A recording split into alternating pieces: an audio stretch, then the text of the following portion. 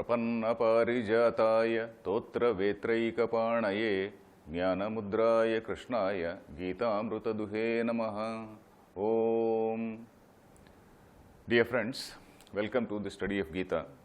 We are coming to the close of the 18th chapter, that is coming to the end of the Gita. We read Shloka number 66 yesterday, and Shlokas 65 and 66, they actually, in a way, they do summarize the Shlokas which we read yesterday, that is 65 and 66. They do almost summarize the entire message of the Gita. Because right from the beginning, what has Krishna been saying? Krishna has told about what is called pravrutti dharma. That is how a person has to do his dharma in the world. And he has to do his dharma in such a way. Dharma means he has to do certain activities. Because dharma is something, if we just recapitulate what is dharma and all that, there is what is called, there are certain common samanya dharma, that is common duties for all the people, common norms and common ethical observations for all the people. So they are like satyam vada, dharmam chara, etc. That is, you have to speak truth and you have to follow dharma, etc. You have to respect elders, etc., etc. In addition, there are certain dharmas, there are certain karma, there are certain activities which are prescribed for a brahmachari. There are certain activities which are prescribed for a grihastha. There are some other activities which are prescribed for a brahmana. There are activities which are prescribed for a kshatriya. So like that, because we have seen that swakarma or swadharma is something, swadharma is equal to swakarma we have seen. That is depending on the constitution of the sattva-guna, rajoguna and tamoguna in a person. His karma or his duty is earmarked by Dharma Shastra. So that is what we have seen. This is, in the beginning also we saw Guna Karma Vibhagashaha, and later also we have seen that Karmani Pravibhaktani Swabhava Prabhavair Gunaihi. Two times Krishna has said Karmani Pravibhaktani Swabhava Prabhavair Gunaihi. Very clearly he said the duties of people have been prescribed in accordance with the Guna, or in tune with the guna with which a person is endowed. So that is what he has very clearly said. So he has told this dharma has to be observed by every person. And in the case of Arjuna, of course he is specifically telling Arjuna, but then what he is telling Arjuna is applicable to everybody. Arjuna is the common man. Arjunam nimitti kurtya, right? Commentators, they write, Arjuna is only a nimitta. Nimitta means he is just a sort of pretext. Text is a pretext, as they say. So Arjuna is just a pretext. And on that pretext, a big message is being given by sage Vyasa or by Krishna to the whole humanity. And we are supposed to do our job according to this Swadharma. And this Swadharma is again dependent on the constitution of our own innate nature. And this is something which is in accordance with the whole cosmic scheme of things. So what we are doing, when we are interacting in the society, we are interacting with a general idea of that cosmic being. That means we are having a big picture in our mind. We are having that big picture of what is God's scheme of things, and in that God's scheme of things, what is my role. So once we understand that, once we have that big picture, once we see how, in fact, we are putting ourselves in God's shoes. I have been saying right from the second chapter onwards, Karma Yoga is putting oneself in God's shoes. What would God do if he were to be in this? So like that, we are putting ourselves in God's shoes, and then we are doing karma with Ishwararpana Buddhi. That is as a dedication to the Lord, as a dedication to the Vyashti, that is the individual who is working for the harmony of the samashti, that is for the whole. So like that we have seen. So what is the message of Krishna? Message of Krishna is, so long, there are, we can also analyze from another point of view also. There are different types of people in the society. All people may not be suited for that jnana path. All people are not suited for what is called the sannyasa and then total renunciation of actions and following the path of sannyasa, etc. So most of us, 99 point something, all of us, so many of us, we are people who are engaged in day-to-day life, day-to-day work. We want some prosperity, we want this, we want that, we have got some ambitions, we have got some our own desires, aspirations, ambitions, etc. So for all of us, how are we supposed to conduct ourselves? So these are all people who are there in the society, pravrutti, and there who are people who are interested in nivrutti. And Krishna, not only Krishna, but our entire Upanishads. What do the Upanishads say? There are 4 Purusharthas, that is Dharma, Artha, Kama and Moksha. This Artha and Kama have to be attained in accordance with this Dharma, so that ultimately they are conducive for that next level. If at all you want to go to the next class, they will enable you to go to the next class. Suppose a person is following Dharma and he is attaining Artha and Kama. Then his Artha and Kama, he is enjoying. No doubt he is not a recluse, he is not a sannyasi or anything. He is having a wife, he is having children, he is having grandchildren, and he is also having various whatever is needed in the society, and he is also discharging his duties as a grihastha. And that is something which is conducive for the next level. Because so long as you are following your dharma, that gives us chitta shuddhi. The basic point is, when we are following our swadharma, that gives chitta shuddhi, that is purity of mind. And that purity of mind is a prerequisite for the next level, that is called the jnana class. If you want to go on to the path of knowledge, this prerequisite is that purity of mind. Without that purity of mind, we cannot have that next class. So Krishna, all through the Gita, we have been seeing that the basic thing one can easily do is karma yoga. Karma yoga is avoiding nishiddha karma basically. And even when you are doing the so-called kamya karma, from the point of view of all other people, it may be kamya karma, but you are not doing it with any desire in your mind. You are doing it for the welfare of the people. You are doing it for the welfare of society, as a part of your duty. Suppose you are doing what is called some yajna or panchamaha yajna or danam, tapas, etc. You are not doing for the sake of punyam. You are not seeking the spiritual merit of that action. We are not seeking what is called the punyam. And we are doing it in such a way that you are trying to help people. You are just working in harmony with the God's scheme of things. So that is the simplest thing what a person can do. And Krishna also suggested right from the beginning, he has suggested, okay, what is called Atma Sanyama. Atma Sanyama is self-restraint, how to control your mind and senses. And that we have seen in chapters 5, 6, etc. Then again, meditation also he said in the chapter 6, Dhyana Yoga he said. So like that, then again he came to Bhakti. In 12th chapter he came to Bhakti. So he taught different levels. These are all various strategies or various upayas. Upaya means various strategies. Karma Yoga is a strategy. Atma Sanyama, that is self-restraint and controlling oneself, that is practicing, that is another strategy.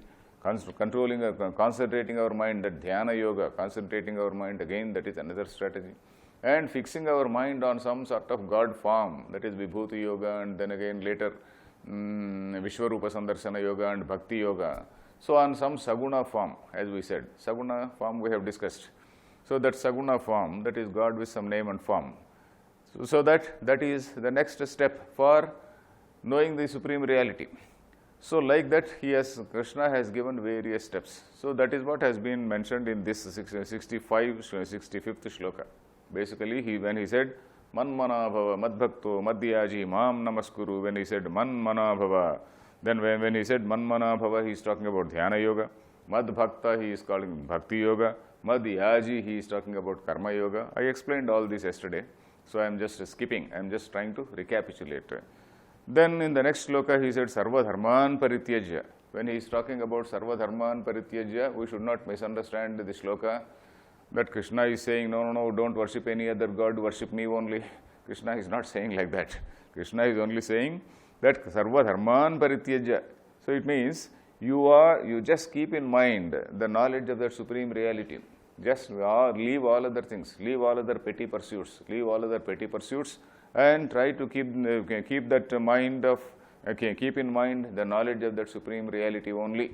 That is what it means. Sarva Dharman Parityajya is, do not go after all types of different types of pursuits and then pursuing this type of worship and some other type of worship for some petty desires, etc. You keep in mind what is the highest reality, and then try to do your action, so that your actions will be pure, perfect and right.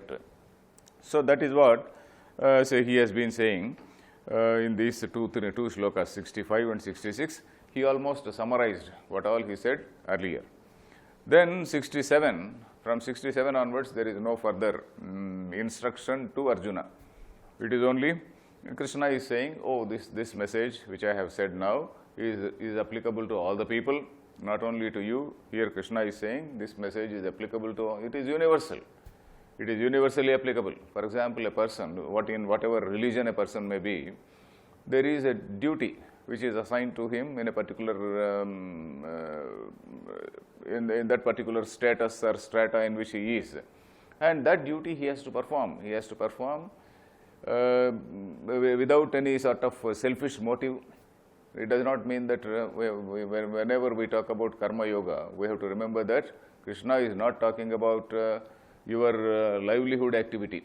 That is, he is not telling you go to an office, work, and then don't take salary, etc. He is not talking about that. That is not that.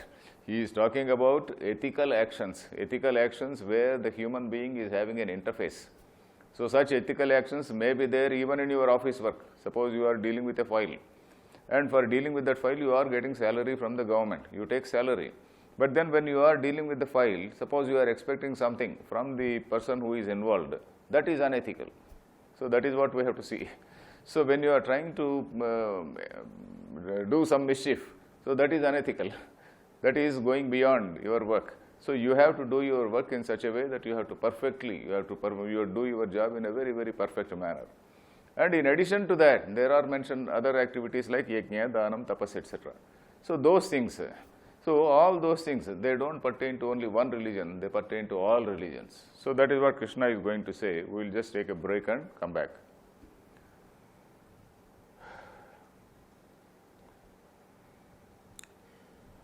Let us come back. Now 67th shloka I will read. Idam te na tapaskaya na bhaktaya kadachana na cha shushrusha vachyam na cha mam yobhyasuyati. That is, Krishna is saying, idam te na abhaktaya, na tapaskaya, na abhaktaya kadachana, na ashushrusha vachyam. Te na vachyam means you are not supposed to say this. You should not say this. To whom? Atapaskaya. Idam te na atapaskaya. We have to split it as na atapaskaya. Idam te na vachyam. That is the main line. Main line is this, whatever instructions, whatever message I have told you, te by you, not na vachyam, should not be told. To whom? That is na atapaskaya. Atapaskaya is, tapaska is somebody who has purified himself by that tapas. Tapas means, there are two meanings for that tapas. Tapas actually literal meaning is tapa alochane. Tapa alochane means a person who is capable of thinking, a person who is capable of analyzing, seeing what is good, what is wrong, etc. Somebody who has the analytical ability, somebody who has, that is analytical ability.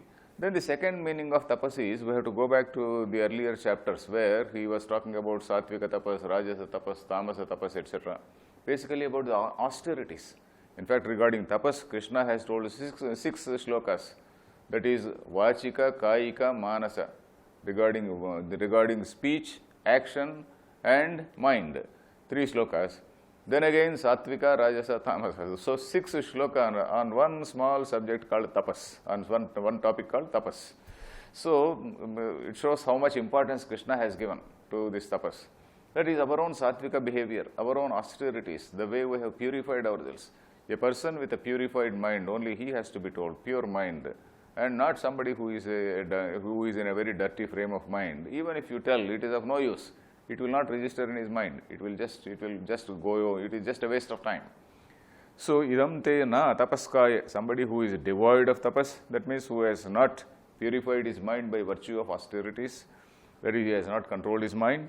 Then na abhaktaya, abhakta. For this word bhakti also, we have seen different levels of meaning.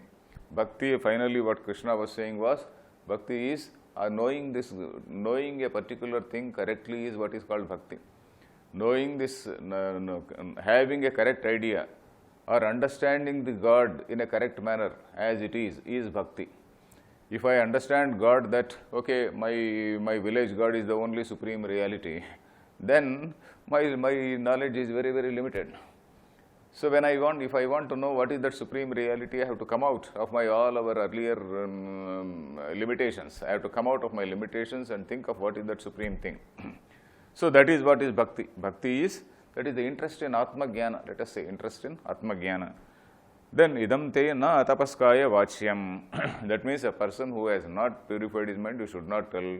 Abhaktaya na vachyam. Person who is not a bhakta, a person who is not interested in knowledge, you should not tell him.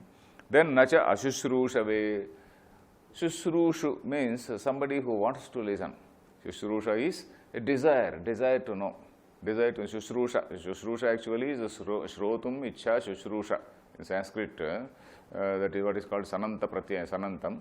Shrotum ichha shushrusha, it is called.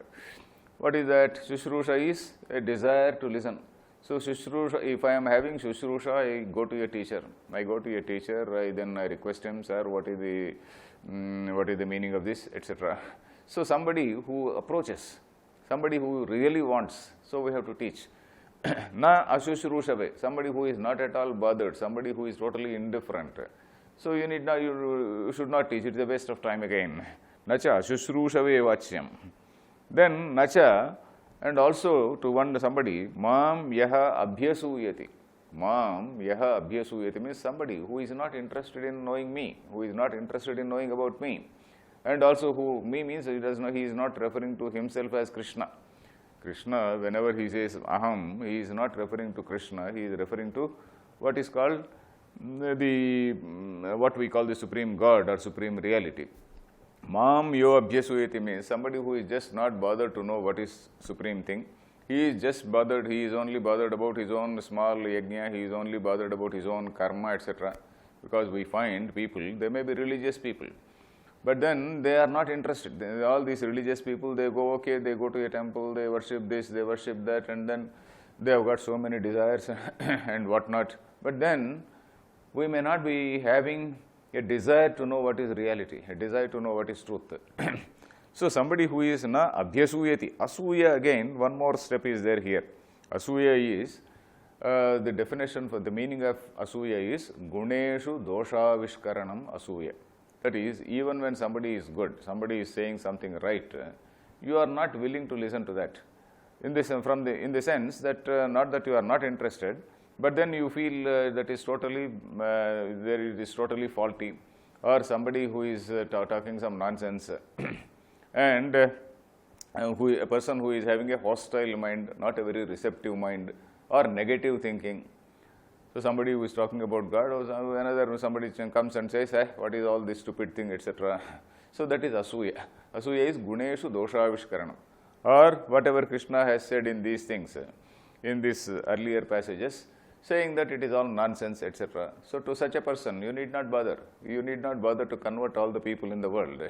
So if somebody is willing to learn, let him learn. If somebody is not at all willing to learn, somebody is not having a receptive mind, asuya is not having a receptive mind. Guneshu dosha vishkaranam means, even when the other man is right, or he is telling what is correct, you are trying to find some mistakes. Basically, negative mind, fault-finding tendency, basically fault-finding. So in fact, in Bhartruhari, there is a Bhartruhari Subhashita Trishati, there is one beautiful sloka about this sort of asuya.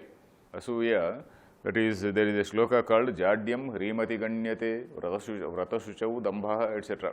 Suppose you take a person who is having that negative mind, and the negative mind, a person with a negative mind, he finds fault with every virtuous person. Suppose a person is virtuous, so he will say, oh, this fellow is a pretentious fellow. And somebody who is a scholarly man, oh, this man is he is arrogant, and then he is having that arrogance of knowledge. And somebody, suppose he is rich, means, oh, he is an awfully corrupt fellow or something like that. So tell any good thing, he will try to find some negative point. So that is asuya. So to such a person, we need not tell. Or we can also find some such people. Why Vedanta now? What is the use of Vedanta? You can read Vedanta, or you can read Bhagavad Gita after your retirement. So that is also a person. So nachamam yobhyasuyati. So this is something which has to be told to somebody who has got a mind which is already prepared.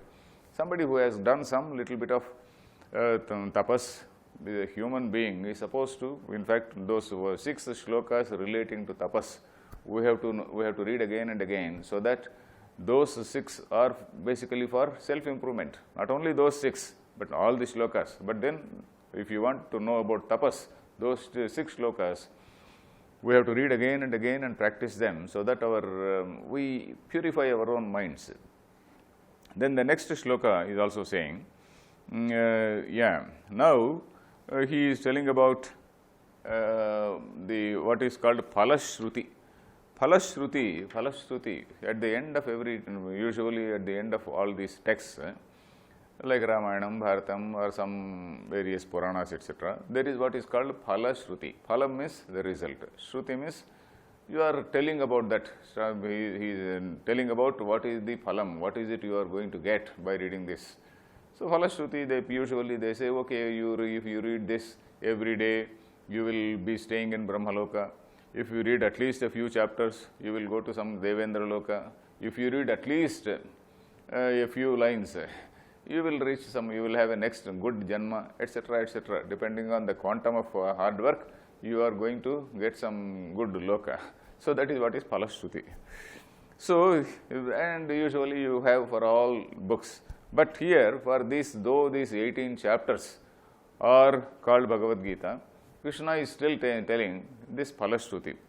It is not an independent book, we know, but still for these 18 chapters, this style we find in epics, even in other portions of Mahabharata, where other portions also, at the end of those texts where some important teaching is given, then you find 1 or 2 shlokas talking about what is the result, how it is going to improve your life, improve your personality, or achieve purity of mind.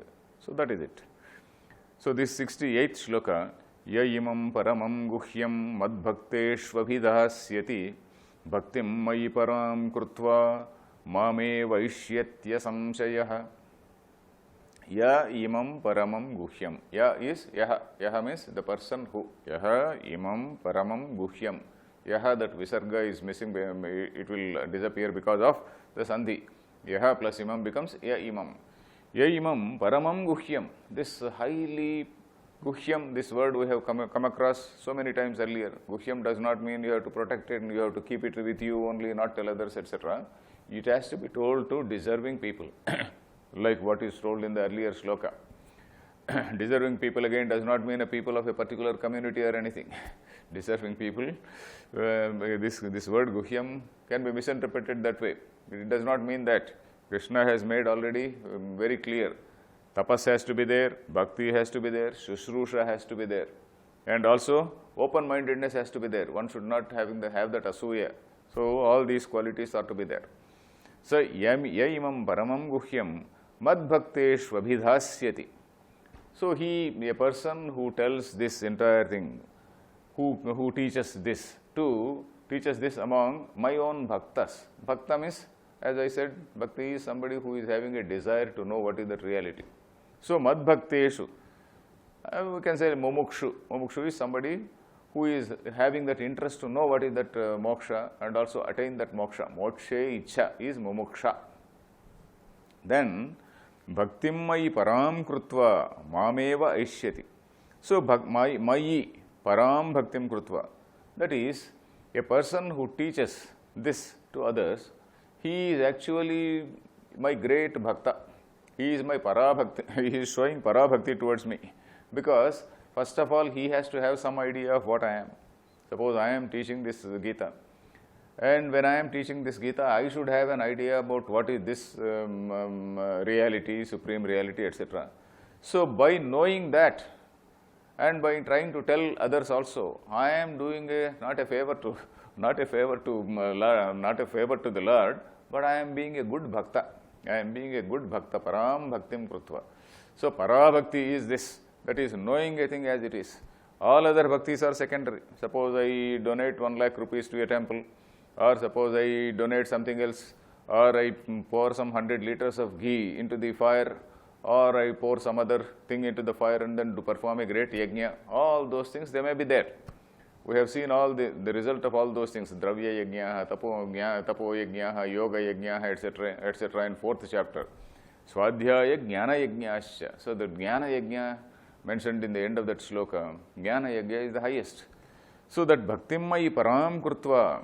So a person who teaches this correctly to the students, so he is my great Bhakta. Param Bhaktim Krutva. He has done great bhakti to me. That means he has understood me well. And having understood, he has tried to teach others. So somebody, Mad Bhakteshu. So here again, Mad Bhakta does not mean Krishna Bhakta. Mad Bhakteshu Abhidhasyati means it does not mean Krishna Bhakta. That is, people who are interested in knowing what is reality, that is Bhakti. Abhidhasyati, Bhaktimmai Param Krutva, Mameva Eshyati. Mam eva Eshyati becomes Mameva Eshyati. Eshyati means he will attain, he will come. Eti means comes. Eshyati means he will come. So Mameva Eshyati means he will attain me, he will attain me. Nasamshayaha. So this bhakti means never losing sight on the Supreme. Bhakti is never losing sight on the Supreme is what is called bhakti. In fact, the teachers, Vedanta teachers, in Shankarananda's commentary, he quotes one shloka about this bhakti. So the meaning of this shloka is, it talks about a dancer, a lady who is dancing with a sort of water vessel on her head. So we have seen all these classical dances in which women, the young ladies, they do dance. And when they dance, they keep one vessel on the head, and the water vessel means vessel full of water, and on that vessel there is another smaller vessel, and on the other hand, and again in addition to that, they take a plate, they keep a big plate on the ground and then put their 2 feet on the edges of the plate, and then with that plate, they do dance.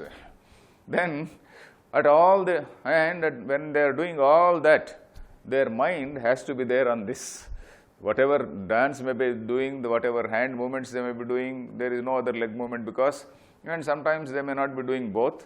They may be dancing on the plate only, and sometimes they may be having this only water vessels on the head. So, but then the attention is totally on this, it should not fall. So like that, in whatever action you may be engaged, whatever activity we may be doing, the mind is always fixed on that Supreme Reality. So that is what is bhakti. So there is a nice shloka from Shankarananda under this particular shloka. So this Yayimam Paramam Guhyam Mad Bhakteshva Bhidasyati. So the people who have to be his own, this Supreme Bhaktas. Bhakta means those who are not interested in all these petty gods, and then those who are not interested in this Graha Pujas. We come across people, when we say what is Supreme Reality and what is other Bhakti, there are very many types of other Bhakti. Because people, we see, many people, they are doing so many Graha Shantis. People who go and then they perform, okay, Shani Graha Shanti, Rahu Graha Shanti, so and so, Ketu Graha Shanti, etc., etc. And Graha Shanti, or some other Devata Shanti, or people say, okay, this particular Nakshatram is not good, and then that particular Nakshatra Shanti has to be done. Or sometimes some Vastu Shanti has to be done. So and so, this corner is rather protruding too much, and that corner has to be cut off. So after building a house, we again go on demolishing it. So these are all this is done in the name of Bhakti only. A person who is doing that Graha Shanti is doing it with extreme Bhakti. So what Krishna is saying here is that is all lower level of Bhakti. Bhakti is knowing the reality is Bhakti. So here what we find is Mad Bhaktesh Vabhidhasyati. Those who are interested in knowing me. So you have to tell about me, tell this. And when the teacher tells this, he is actually doing great Mai Param Bhaktim Krutva. So he is my great Bhakta. Mameva Eshyati. He attains me. So that is what he says. So we will come to the next shloka. We will see 69th shloka tomorrow. Harihi Om Tat Sat.